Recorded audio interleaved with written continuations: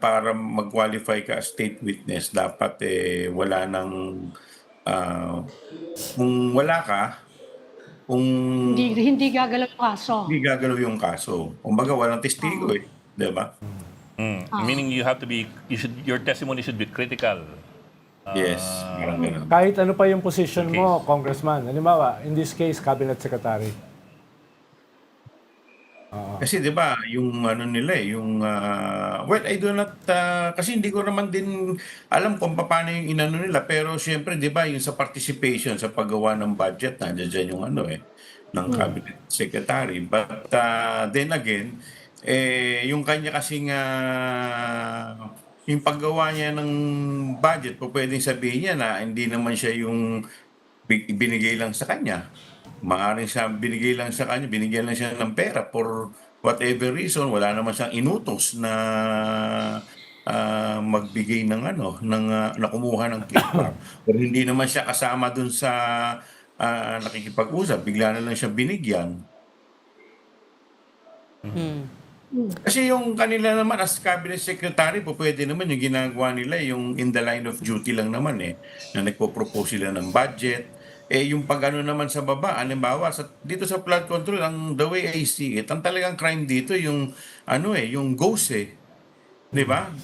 Nag-ghost, tapos yun nga, para lumaki yung kickback at naghati-hati sila sa baba. So, yun ang ano dyan Pero yun ang parang Pero di ba, Congressman, mahalaga rin yung role mo eh. Halimbawa kung very crucial yung role mo sa pag-facilitate ng corruption, no? Kahit pagpalagay mo na mas maliit yung nakuha mong batay do sa corruption, di ba? Hindi yan nasusukat sa liit Wala yan sa liit, sa participation yan. Yun nga. Yung ikaw nag-facilitate ng corruption, lalo na kung cabinet secretary ka. Ibig sabihin, Yes, dapat nung nalaman niya anong action yung ginawa niya, 'di ba? Kung act of nalaman omission, niya.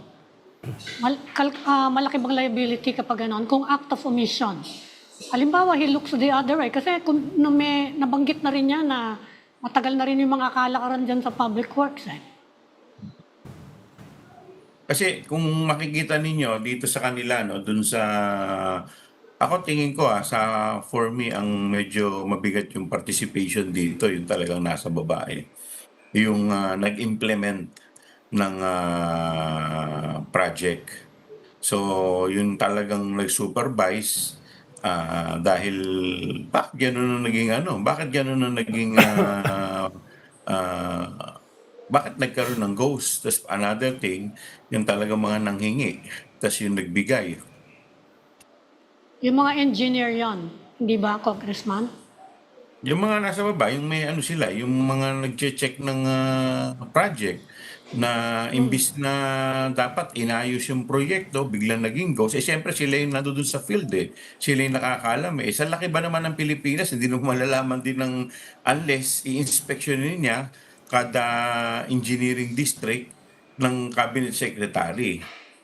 So siyempre yun, mabigat din yung papel nun talaga, yung nasa baba, yung mismong nasa ground. Yeah.